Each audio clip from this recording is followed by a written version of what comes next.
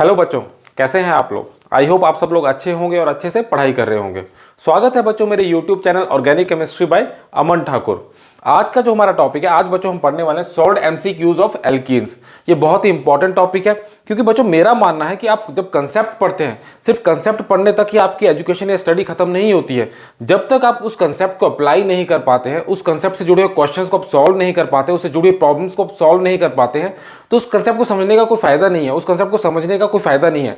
तो इसीलिए आज हम इस टॉपिक के अंदर 10 एमसीक्यूज पढ़ेंगे एल्कीन्स के, और उन 10 एमसीक्यू से मोस्ट ऑफ द जो कंसेप्ट एल्कीन में जितनी प्रिपरेशन है, जितने भी उसके केमिकल रिएक्शन है और प्रॉपर्टीज है, सबको सब कवर करने की कोशिश करेंगे। और उसके बाद मुझे पूरी गारंटी है कि आप जब ये 10 एमसीक्यू सॉल्व कर लेंगे और उनके पीछे कंसेप्ट को समझ लेंगे, तो अब हर क्वेश्चन एल्कीन का सॉल्व कर पाएंगे इजीली। ठीक है, चलिए तो आज शुरू करते हैं पहले क्वेश्चन। अब ये है बच्चों मेरा पहला क्वेश्चन। पहला क्वेश्चन हमसे क्या पूछ रहा है, which of the following molecules will show geometric isomerism. इनमें से कौन कौन से मॉलिक्यूल्स हैं जो ज्योमेट्रिकल आइसोमेरिज्म शो करेंगे। तो हमारे पास कंसेप्ट किस चीज का है, ज्योमेट्रिकल आइसोमेरिज्म का, और हमारे पास एल्कीन्स दे रखे हैं और हमसे पूछा हुआ है कि इनमें से कौन कौन सी एल्कीन्स है।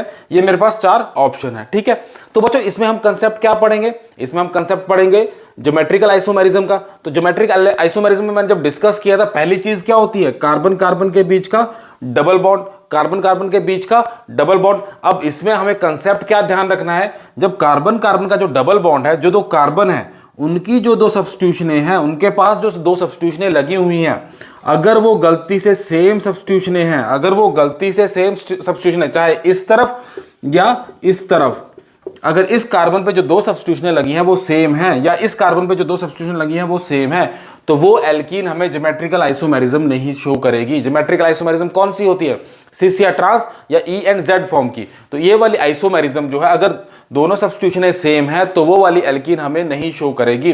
अब ऊपर एग्जांपल पे बात कर लेते हैं। अभी मेरे पास 4 एग्जांपल है, कंसेप्ट मुझे समझ आ गया। यहां पे क्या है, यहां पे एक लगी है हाइड्रोजन, यहां पे क्या लगी है, यहां पे लगी है 2 हाइड्रोजन। अब इस कार्बन के डबल बॉन्ड पे लगी है 2 हाइड्रोजन, मतलब सेम सब्स्टिट्यूशनें, मतलब सेम सब्स्टिट्यूशनें, तो ये तो शो नहीं करेगा। हमें ढूंढनी कौन सी हैं जो शो करेंगी।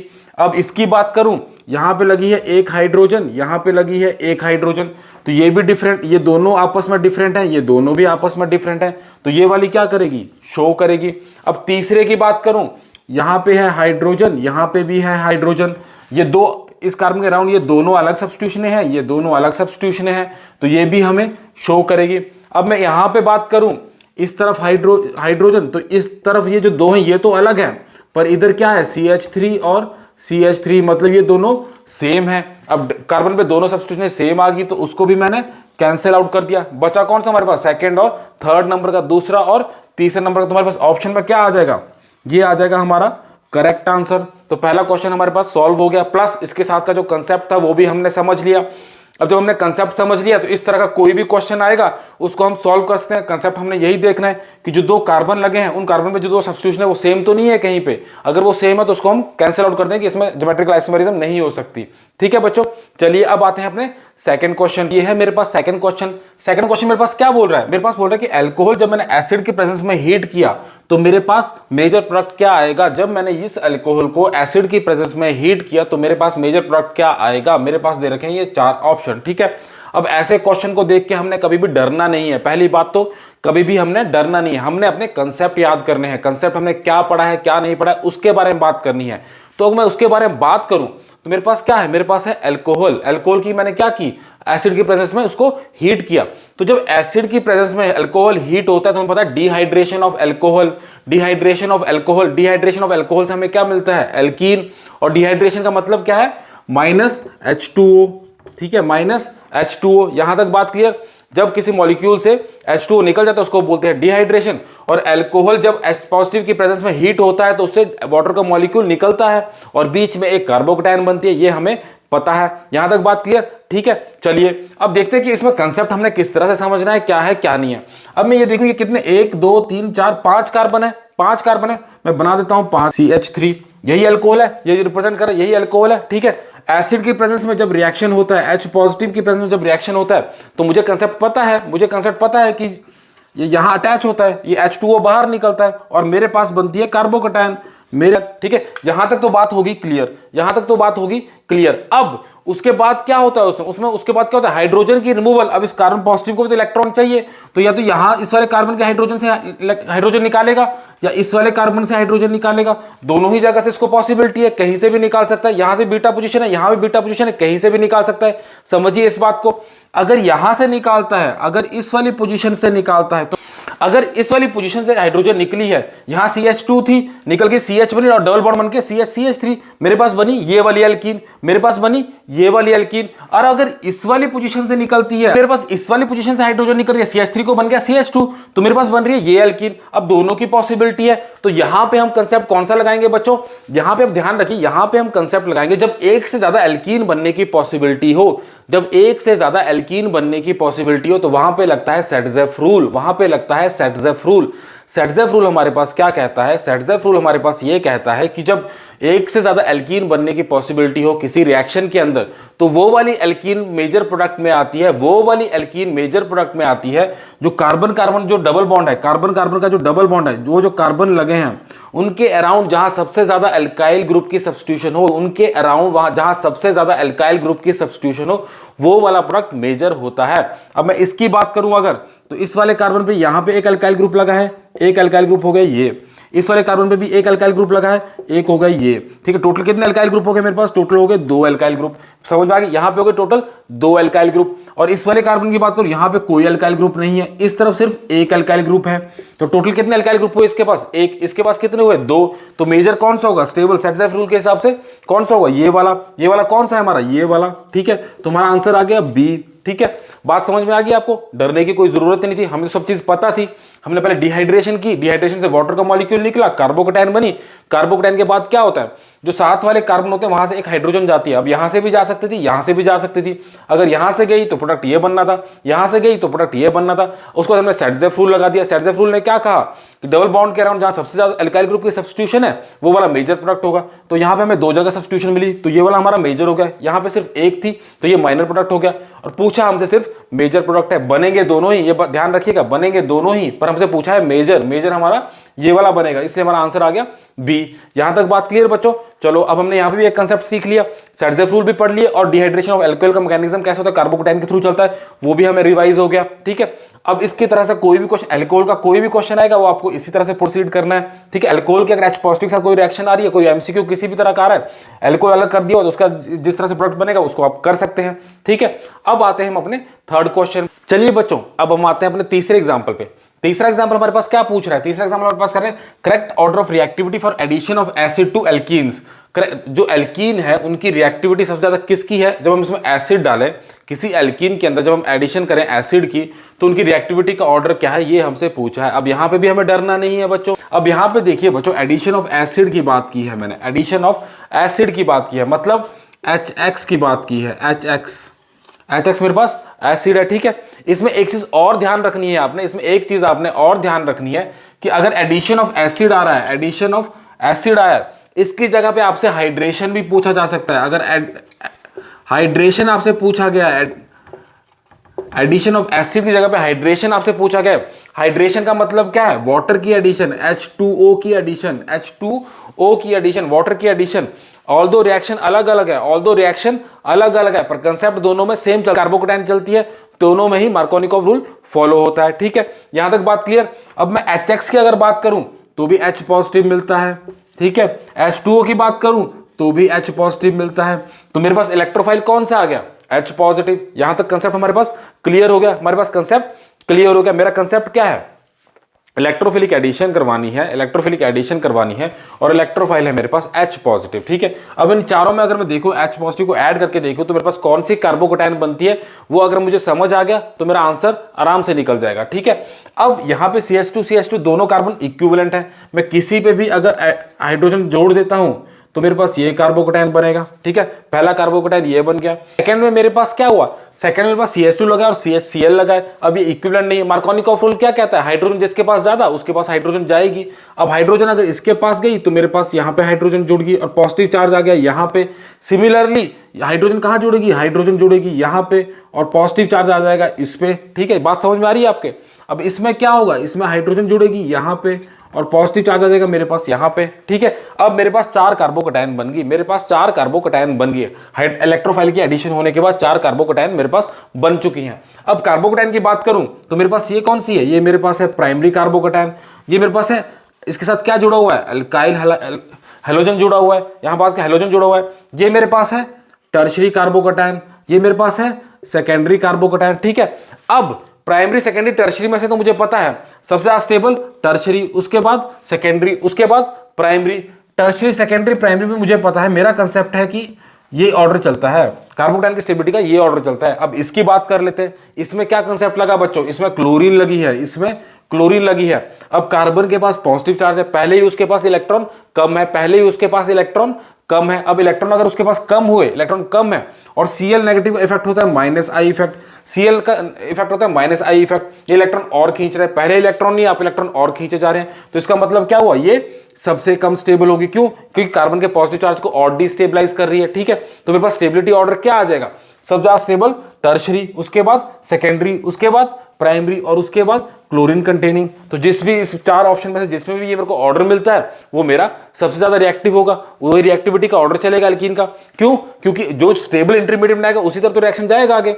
अब स्टेबल इंटरमीडिएट सबसे ज्यादा कौन सा है, टर्शियरी। तो अगर मैं यहाँ पे ढूंढने की कोशिश करूं, ये भी है मेरे पास टर्शियरी, ये भी है मेरे पास टर्शियरी, उसका मुझे क्या चाहिए सेकेंडरी, उसका मुझे क्या चाहिए सेकेंडरी। यहाँ पे मेरे को मिल रहा है सेकेंडरी, यहाँ पे प्राइमरी, तो मेरा आंसर क्या हो जाएगा, यहाँ पे आ गया प्राइमरी और ये आ गया सबसे लास्ट में, तो मेरा आंसर क्या हो जाएगा बी। आई होप आपको समझ आ गया होगा। एल्कीन की रिएक्टिविटी का ऑर्डर जब भी हम देखते हैं तो हम कार्बोकैटायन को देखते हैं, उसकी जो कार्बोकैटायन बन रही है वो कितनी स्टेबल है, वो प्राइमरी है, सेकेंडरी है या टर्शियरी है, या उसको छोड़ के कोई उसके साथ कोई ऐसा एटम तो नहीं लगा है कोई जो प्लस आई इफेक्ट दे रहा है या माइनस आई इफेक्ट दे रहा है। प्लस आई इफेक्ट देने वाले जो होंगे उसको स्टेबल करेंगे, माइनस आई इफेक्ट देने वाले उसको अनस्टेबल करेंगे।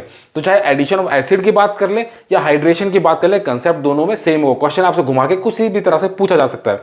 तो एक कंसेप्ट हमने यहाँ पे और पढ़ लिया बच्चों, यहाँ पे हमने कौन सा कंसेप्ट पढ़ लिया, इलेक्ट्रोफिलिक एडिशन का कंसेप्ट पढ़ लिया, हमने देखा कार्बोकैटायन कैसे बनती है और मार्कोनिकॉफ रूल के बारे में बात कर ली। मार्कोनिकॉफ रूल क्या कहता है कि जब डबल बॉन्ड पे एडिशन होगी, डबल बॉन्ड पे H पॉजिटिव की इलेक्ट्रोफाइल की एडिशन होगी, H पॉजिटिव की डबल बॉन्ड पे एडिशन होगी, तो हाइड्रोजन उस वाले कार्बन पे जाएगा जिसने पहले से ही ज्यादा हाइड्रोजन उसके पास होंगे। ठीक है बच्चों, यहां तक हमारी बात होगी, 3 क्वेश्चन ही खत्म। अब आते हैं हम अपने चौथे क्वेश्चन पे। चौथा क्वेश्चन हमारे पास क्या आ रहा है, चौथा क्वेश्चन हमसे पूछ रहा है कि एक अल्काइल हैलाइड हमने दे रखी है, अल्कोहलिक KOH के प्रेजेंस जब हीट हुई तो मेजर प्रोडक्ट क्या आएगा। तो इस क्वेश्चन को सॉल्व करने से पहले सबसे पहली चीज हमने क्या करनी है, सबसे पहली चीज हमने बच्चों यही करनी है कि हमें डरना नहीं है। इस तरह के अगर रिएक्शन हमें दिख रहा है तो हमें डरना नहीं है, हमें अपने कंसेप्ट यूज करने हैं। कंसेप्ट यूज करके जब आप उसको सॉल्व करने की कोशिश करेंगे तो आंसर आराम से निकलता है। अब यहाँ पे मैं कंसेप्ट की बात करूं तो कंसेप्ट मेरे पास क्या है, अल्काइल हैलाइड है, अल्कोहलिक KOH के पास उसकी हीट हुई है, तो इसका मतलब क्या हुआ, ये कौन सा रिएक्शन है हमारे पास, ये हमारे पास है एलिमिनेशन रिएक्शन। और डिहाइड्रोहेलोजिनेशन जो हमने पढ़ा है, डिहाइड्रोहेलोजिनेशन एल्कीन की प्रिपरेशन का। डिहाइड्रोहेलोजिनेशन का मतलब क्या होता है, हाइड्रोजन और हेलोजन का रिमूवल होता है। और मैकेनिज्म कौन सा चलता है, ये एलिमिनेशन रिएक्शन, एलिमिनेशन मैकेनिज्म से जाता है। ठीक है, एक हाइड्रोजन हमारे पास रिमूव होगी और एक हाइड्रोजन रिमूव होगी, डिहाइड्रोहेलोजिनेशन रिएक्शन है। ठीक है, अब मैं अगर इसकी बात करूं 1 2 3 4 5, अगर मैं अब बच्चों मेरे पास ये अल्काइल हैलाइड है। अब डिहाइड्रोहेलोजिनेशन में क्या होता है, जब हमें कंसेप्ट याद करना है, हमें कंसेप्ट याद करना है। डिहाइड्रोहेलोजिनेशन में क्या होता है, एक हेलोजन निकलती है और उस हेलोजन के साथ वाली जो बीटा पोजीशन पे कार्बन है, जो बीटा पोजीशन पे कार्बन है, वहां की एक हाइड्रोजन रिमूव होती है और हमारे पास एल्कीन बनता है। अब इस केस में भी सेम चीज आ गई, इस केस में हमने ऑलरेडी पढ़ चुके हैं, इस केस में भी हमें सेम चीज आ गई। एलिमिनेशन रिएक्शन तो हमें नया कंसेप्ट पढ़ा, यहाँ पे डिहाइड्रोहेलोजिनेशन हमने नया कंसेप्ट पढ़ा, पर उसके बाद की चीज सेम आ गई कि बीटा पोजीशन से हेलोजन के साथ बीटा पोजीशन की जो एक हाइड्रोजन है वो रिमूव होनी है। अब सपोज अगर इस पोजीशन ये वाली कार्बन की हाइड्रोजन रिमूव होती है तो हमारे पास क्या प्रोडक्ट आएगा, कौन सी एल्कीन, इस वाले कार्बन। अब समझ आ गई हमें बात, अब हमें समझ आ गई बात, इस वाले कार्बन की हाइड्रोजन रिमूव हुई तो मेरे पास ये एल्कीन आई, CH2 का CH बन गया, बाकी डबल बॉन्ड लग के सेम मॉलिक्यूल, ये वाली एल्कीन आ गई। अगर इस वाले हाइड्रोजन रिमूव होती है, इस हाइड्रोजन के साथ अगर ये वाली हाइड्रोजन रिमूव होती है तो हमारे पास क्या प्रोडक्ट आएगा, इस वाली हाइड्रोजन रिमूव होने के बाद हमारे पास ये वाली एल्कीन आ गई। ठीक है, अब सेम चीज, अब कंसेप्ट हमें पता है, हमें पहले पढ़ चुके हैं, अब कंसेप्ट हमें पता है, हम पहले पढ़ चुके हैं। जब हम सेकंड नंबर का क्वेश्चन पढ़ा उसमें हम ये चीज पढ़ चुके हैं। उसमें हमने बच्चों क्या पढ़ा था, उसमें हमने पढ़ा था सेटजेफ रूल। सेटजेफ रूल हमें क्या कहता है, सेटजेफ हमें रूल ये कहता है कि जब एक से ज्यादा एल्कीन बनने की पॉसिबिलिटी हो, किसी रिएक्शन में एक से ज्यादा एल्कीन बनने की पॉसिबिलिटी हो, तो हमारे पास वो एल्कीन मेजर प्रोडक्ट में आती है, वो एल्कीन मेजर प्रोडक्ट में आती है जिसका जो कार्बन कार्बन का जो डबल बॉन्ड है, कार्बन कार्बन का डबल बॉन्ड ये रहा, उसके अराउंड सबसे ज्यादा एल्काइल ग्रुप की सब्स्टिट्यूशन हो। यहाँ पे एक जगह पे, यहाँ पे दूसरी जगह पे, तो टोटल 2 जगह पे सब्स्टिट्यूशन। ठीक है, अब ये कार्बन कार्बन का डबल बॉन्ड, इसके अराउंड सिर्फ एक जगह पे अल्काइल ग्रुप की सब्स्टिट्यूशन। तो सेट्सफ रूल क्या कहेगा, ये वाला मेजर प्रोडक्ट है, तुम्हारा मेजर प्रोडक्ट क्या आएगा, बी हमारा आंसर आ जाएगा। ठीक है, तो यहां से हमने क्या कंसेप्ट सीखा, हमने कंसेप्ट सीखा एलिमिनेशन रिएक्शन और डी, और जब हैलाइड लगी, हैलोजन लगी होती है तो हमारे पास क्या होती है, डीहाइड्रो हैलोजिनेशन का। उसके बाद सेट्सफ रूल हमने रिवाइज किया। ठीक है, तो ये हमारा आ गया क्वेश्चन नंबर 4। अब आ जाते हैं क्वेश्चन नंबर 5 पे। चलो बच्चों, अब हम अपने आ जाते हैं 5वीं प्रॉब्लम पे। 5वीं प्रॉब्लम हमारे पास क्या पूछ रही है, इस कंपाउंड का IUPAC name, correct IUPAC naming. हमारे पास दिए हैं 4 ऑप्शन, करेक्ट आईयूपीएसी नेमिंग। ठीक है, हमें पता है ये एल्कीन है। ठीक है, तो अब हम एल्कीन के आईयूपीएसी के नेमिंग वाला कंसेप्ट इस पे यूज करेंगे। आईयूपीएसी नेमिंग के जो सारे रूल हैं उनको रिवाइज कर लेते हैं। ठीक है, बारी बारी उनको रिवाइज कर लेते हैं। तो पहला रूल हमारे पास क्या आता है, पहला रूल अगर मैं बात करूं, पहला रूल हम क्या कहते हैं, पहला रूल हमें बच्चों चाहिए होता है लॉन्गेस्ट चेन। लॉन्गेस्ट चेन कौन सी वाली, जो सारे के सारे डबल बॉन्ड को लेते हुए चले, डबल बॉन्ड सारे डबल बॉन्ड को लेते हुए चले, वो वाली लॉन्गेस्ट चेन। तो अगर मैं इसमें बात करूं तो मेरे पास लॉन्गेस्ट चेन आ गई ये वाली, सबसे लॉन्गेस्ट चेन आ गई ये वाली। ठीक है, उसके बाद सेकंड रूल क्या कहता है मेरे पास, सेकंड रूल मेरे पास कहता है कि हमें नंबरिंग देनी है, नंबरिंग देनी है। नंबरिंग किस तरफ से शुरू करेंगे, जहां से डबल बॉन्ड को सबसे कम नंबर आता हो, जहां से डबल बॉन्ड को सबसे कम नंबर आता हो। अगर मैं यहां से शुरू करूं 1 2, अगर मैं यहां से शुरू करूं 1 2, तो यहां पे भी दूसरे नंबर पे आ रही है, यहां पे भी दूसरे नंबर पे डबल बॉन्ड आ रहा है। ठीक है, तो अब किस तरफ से नंबरिंग देंगे, इधर से मैं दूं या इधर से दूं। ठीक है, तो उसके बाद हम जाते हैं अगले अल्काइल ग्रुप पे, जो अगले अल्काइल ग्रुप लगे हुए उनको सबसे लोएस्ट नंबरिंग आनी चाहिए। अगर मैं इधर से बढ़ रहा हूं 1 2 3 और चौथे नंबर पे अल्काइल ग्रुप आ रहा है, इधर से बढ़ूं तीसरे और चौथे नंबर पे लोएस्ट नंबर आ रहा है, चौथे नंबर पे लोएस्ट नंबर। अब दोनों तरफ यहां भी एक अल्काइल ग्रुप लगा है, यहां भी एक अल्काइल ग्रुप लगा है, दोनों ही चौथे नंबर पे आ रहे हैं। मैं फिर कंफ्यूज हो गया, अब मैं नंबरिंग इस तरफ को बढ़ूं या इस तरफ को बढ़ूं, मुझे समझ नहीं आ रहा है मैं किस तरफ को बढ़ूं, तो मैं क्या करूंगा। उसके बाद हम देखूंगा यहाँ पे अल्काइल ग्रुप कौन से लगे हुए हैं, यहां पे लगा है इथाइल ग्रुप ई, यहां पे लगा है मिथाइल ग्रुप। ठीक है, तो मैं नेक्स्ट चीज क्या देखूंगा कि जो अल्काइल ग्रुप लगे हैं, एक लगा है इथाइल और एक लगा है मिथाइल, अल्फाबेटिकली पहले कौन आ रहा है, समझिए इस चीज को, अल्फाबेटिकली पहले कौन आ रहा है। अब इथाइल का ई और मिथाइल का एम, ई पहले आता है या एम पहले आता है, मेरे को पता है ई अल्फाबेटिकली पहले आता है, A B C D E, M से पहले ई आ रहा है, तो मैं नंबरिंग उस तरफ से शुरू कर दूंगा जो अल्फाबेटिकली पहले आ रहा है। तो इस तरफ से मैं नंबरिंग नहीं दूंगा। तो ये मेरे पास आ गई पोजीशन 5, ये मेरे पास आ गई 6ठी पोजीशन, ये मेरे पास आ गई 7वीं पोजीशन, ये मेरे पास आ गई 8वीं और ये 9वीं पोजीशन। तो इस तरह से नंबरिंग जाएगी इस तरफ से। अगर ये इथाइल ग्रुप इधर लगा होता तो नंबरिंग आती इधर से। तो अब मेरे पास क्या आ गया, 4th पोजीशन पे इथाइल ग्रुप, मैं ढूंढूंगा 4th पोजीशन पे इथाइल ग्रुप। यहां तक बात क्लियर। उसके बाद 5th 6th पोजीशन पे मिथाइल ग्रुप, 6th पोजीशन पे मिथाइल ग्रुप, 6th पोजीशन पे मिथाइल ग्रुप। यहां तक बात क्लियर चल रही है। ये तो ऑप्शन हमारे पास निकल चुके हैं क्योंकि हमें 4th पे इथाइल चाहिए था। उसके बाद कितने कार्बन टोटल कार्बन है 9, तो मेरे को चाहिए नोनेन, 9 वर्ड रूट होती है नोनेन, यहां तक नोनेन, यहां तक बात क्लियर। ठीक है, अब मेरे को पता है डबल बॉन्ड क्या क्या है इसमें, एक 2nd पोजीशन पे डबल बॉन्ड और एक 7th पोजीशन पे डबल बॉन्ड। तो 2,7 डाइइन, यहां पे क्या है 2T 2,2 डाइइन। तो ये मेरे पास ये भी गलत हो गया, मेरा सही आंसर आ गया ए। आई होप आपको आईयूपीएसी समझ आ गई होगी। आईयूपीएसी के कंसेप्ट में, आईयूपीएसी की रूलिंग में हम क्या क्या देखते हैं, सबसे पहले लॉन्गेस्ट चेन देखते हैं जिसमें सारे के सारे डबल बॉन्ड आ जाए, सारे के सारे डबल बॉन्ड जिस लॉन्गेस्ट चेन में आ जाएंगे पहले उसको देखते हैं। उसके बाद नंबरिंग उस तरफ से शुरू करते हैं कि जहां पर डबल बॉन्ड को सबसे लोएस्ट नंबरिंग आए। अब इधर से भी सेम आ रही थी, इधर से भी सेम आ रही थी, तो फिर हम कंफ्यूज हो गए। तो उसके बाद हम जाते हैं जो अल्काइल ग्रुप लगे हुए हैं, जो अल्काइल ग्रुप लगे हैं उनको सबसे लोएस्ट नंबर आए। तो इस तरफ से भी चलूँ तो इधर भी अल्काइल ग्रुप को सेम नंबर आता है, इधर से भी अल्काइल ग्रुप को सबसे सेम नंबर आता है।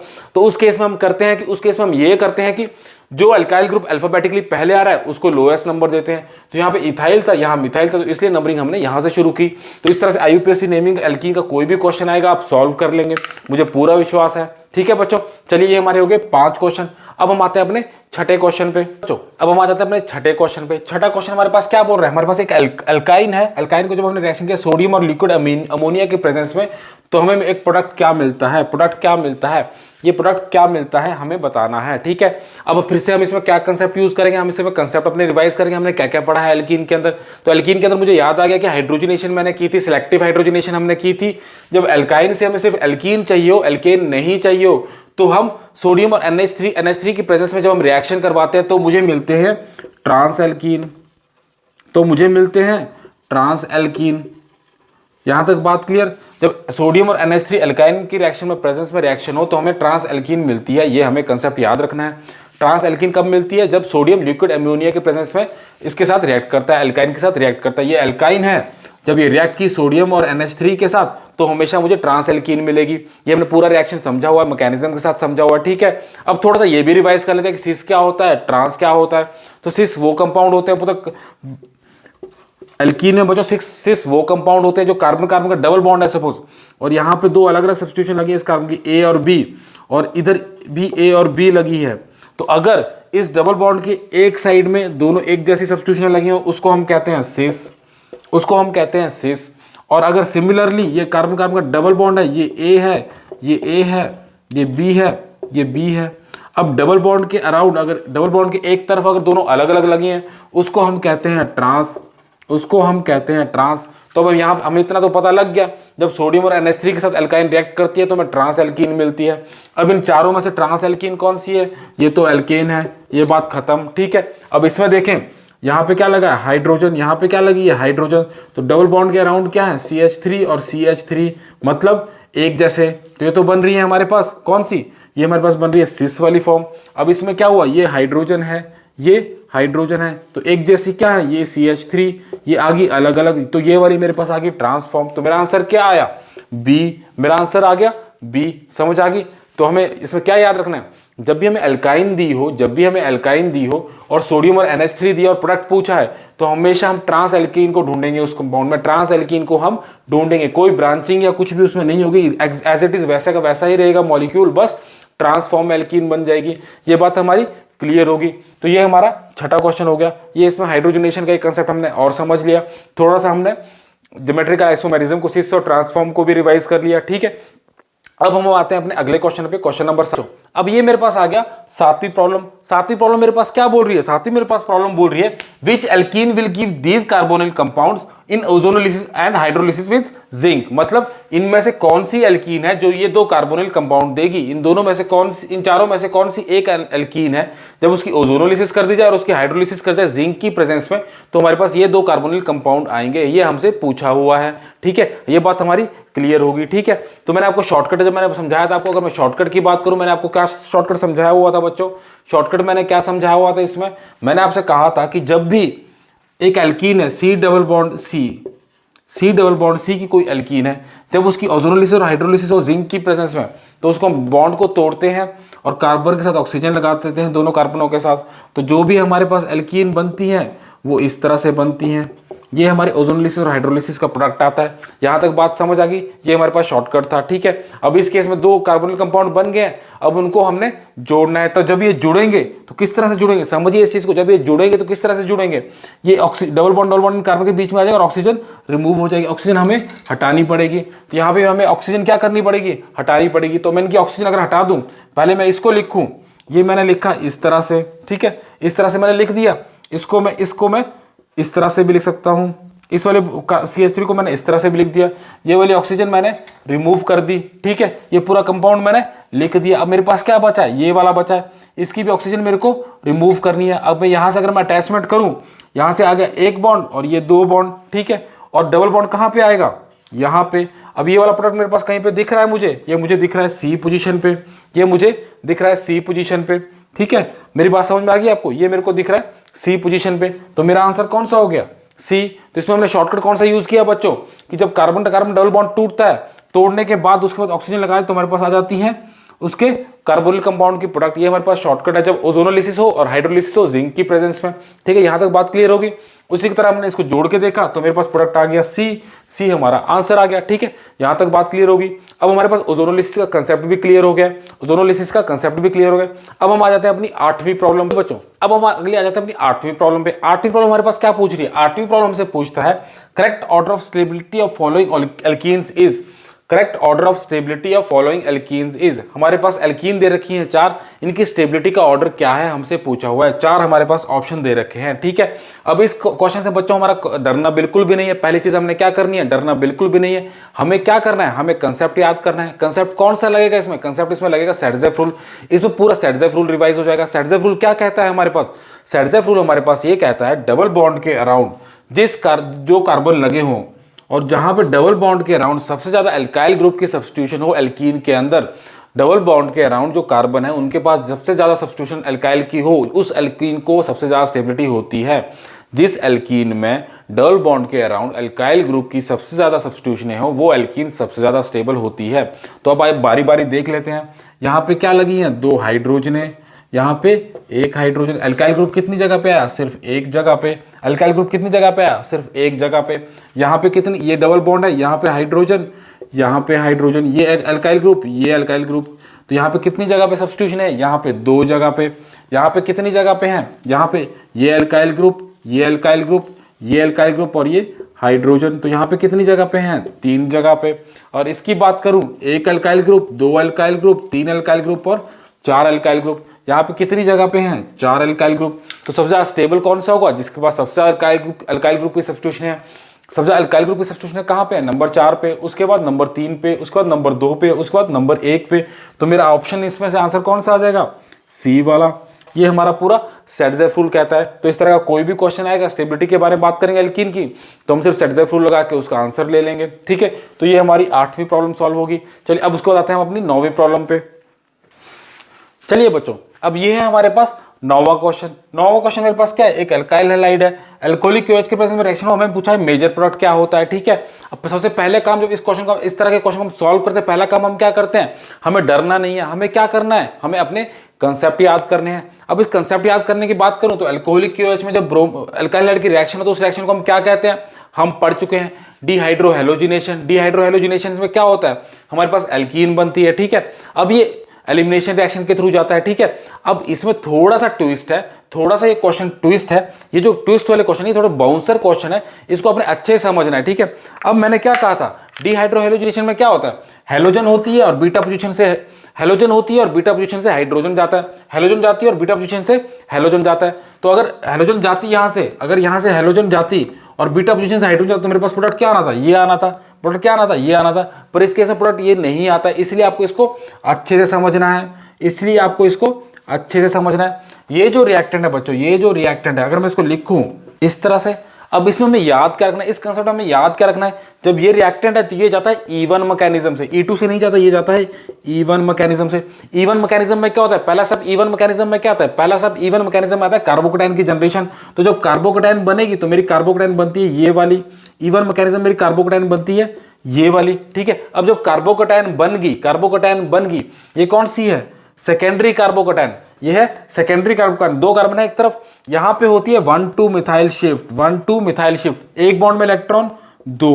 ये CH3 अपने इलेक्ट्रॉन लेके इस कार्बन के पास जाती है, तो इंटरमीडिएट चेंज होता है, मेरे पास बनता है ये कार्बोकेटाइन। अब ये बनती है मेरे पास टर्शियरी कार्बोकेटाइन और ये है मेरे पास सेकेंडरी कार्बोकेटाइन, इसलिए यहां पे शिफ्ट होता है। क्यों, टर्शियरी ज्यादा स्टेबल, कार्बोकेटाइन ज्यादा स्टेबल होती है एज कंपेयर टू सेकेंडरी, इसलिए 1,2 मिथाइल शिफ्ट हो जाती है यहां पे। अब 1,2 मिथाइल शिफ्ट होने के बाद कार्बोकेटाइन बनी ये। ठीक है, अब दूसरा काम क्या था, दूसरा काम क्या था, अब है तो डिहाइड्रोहैलोजिनेशन ही है। अब जाएगी जब रीअरेंजमेंट, इसमें रीअरेंजमेंट होने के बाद इसमें खास बात क्या थी, रीअरेंजमेंट हुई। हमने नया कंसेप्ट क्या समझा, रीअरेंजमेंट हुई। रीअरेंजमेंट कब होती है, किस केस में होती है, रीअरेंजमेंट उस केस में होती है जब हमें और स्टेबल इंटरमीडिएट बने। यहाँ सेकेंडरी था, यहाँ पे सेकेंडरी कार्बोकेटाइन था, जब इसमें 1,2 मिथाइल शिफ्ट हुई, 1,2 मिथाइल की शिफ्टिंग हुई अगली सेकंड पोजीशन पे, तो हमें टर्शियरी कार्बोकेटाइन मिला जो हमारे पास ज्यादा स्टेबल होता है, जो हमारे पास ज्यादा स्टेबल होता है। अगला काम सेम बीटा पोजीशन से हाइड्रोजन निकालनी है। अब एक बीटा पोजीशन ये है, एक बीटा पोजीशन ये है। अब सेम चीज आ गई है हमारे पास, यहां से भी निकल सकती है, यहां से भी निकल सकती है। अगर यहां से निकली, अगर यहां इस वाले से निकलती है तो प्रोडक्ट आएगा मेरे पास ये। अगर मैं यहां से ढूंढने की कोशिश करूं तो ये वाला है। ठीक है, अब अगर ये वाली हाइड्रोजन निकली तो प्रोडक्ट मेरे पास क्या आएगा, हाइड्रोजन निकलती है तो प्रोडक्ट आता है मेरे पास ये कौन सा, ये वाला प्रोडक्ट। अब यहां पे भी मैंने देखना है 2 प्रोडक्ट बनने के चांसेस है, फिर से सेटजेफ रूल लगाऊंगा, फिर से सेटजेफ रूल लगाऊंगा। सेटजेफ रूल देखूं तो यहां पे 1 2 3 और 4 जगह पे सब्स्टिट्यूशन, और यहां पे देखूं तो 1 और 2 जगह और 3 जगह पे सब्स्टिट्यूशन। यहां पे सब्स्टिट्यूशन कितनी जगह पे है, 3 जगह पे। यहां पे कितने एल्काइल ग्रुप हैं, 4 एल्काइल ग्रुप। तो स्टेबल कौन सा हुआ, ये वाला। तो मेरा आंसर कौन सा आएगा, बी वाला। ठीक है, यहां तक बात क्लियर आ गई। अब हमने यहाँ पे नया कंसेप्ट रीअरेंजमेंट समझ लिया। अब तक हमने डिहाइड्रो हैलोजिनेशन देखी थी, सेट्जेफ रूल देखा था, इसमें हमने एक चीज नई ऐड कर दी। नई चीज हमने क्या ऐड की? रीअरेंजमेंट। रीअरेंजमेंट कब होती है? जब इंटरमीडिएट अगर रीअरेंजमेंट होने के बाद अगला स्टेबल रीअरेंजमेंट बनता है। यहाँ पे सेकेंडरी से टर्शियरी कार्बोकैटायन बना, टर्शियरी कार्बोकैटायन ज्यादा स्टेबल होता है, इसलिए हमारे पास रीअरेंजमेंट हुई, 1 to मिथाइल शिफ्ट हुई। कई जगह पे हाइड्राइड शिफ्ट भी हो सकती है। अल्टीमेट गोल यही है कि स्टेबिलिटी ज्यादा होनी चाहिए। ठीक है, यहां तक बात समझ आ गई। अब एक लास्ट और एक इंटरेस्टिंग क्वेश्चन, 10वां क्वेश्चन, उसको भी समझ लेते हैं। यहां तक आपको चीजें समझ आ रही है, लेक्चर अच्छा लग रहा है तो लाइक और सब्सक्राइब जरूर करें बच्चों, मेरे मोटिवेशन के लिए। चलिए अब आते हैं अपने लास्ट क्वेश्चन। अब आ जाते हैं आज के लेक्चर के लास्ट क्वेश्चन पे। लास्ट क्वेश्चन हमारे पास क्या कह रहा है? ये अल्काइन है, इसकी रिएक्शन में पैलेडियम, कैल्शियम और सॉरी कार्बन और क्विनोलोन की प्रेजेंस में जब हाइड्रोजनेशन हम करें तो प्रोडक्ट हमें क्या मिलता है, हमसे ये पूछा हुआ है। ठीक है, अब सिमिलर क्वेश्चन हम पहले कर चुके हैं। हमने एल्काइन की थी, किसके हाइड्रोजनेशन की थी? एल्काइन की सिलेक्टिव हाइड्रोजनेशन किसके प्रेजेंस में की थी? सोडियम और अमोनिया के प्रेजेंस में। उस केस में हमें क्या मिला था? उस केस में मिला था ट्रांस एल्कीन। उस केस में हमें मिली थी ट्रांस एल्कीन। तो इस बच्चों यहाँ पे हमने कंसेप्ट क्या सीखना है? यहाँ पे भी हमने कंसेप्ट वही सीखना है।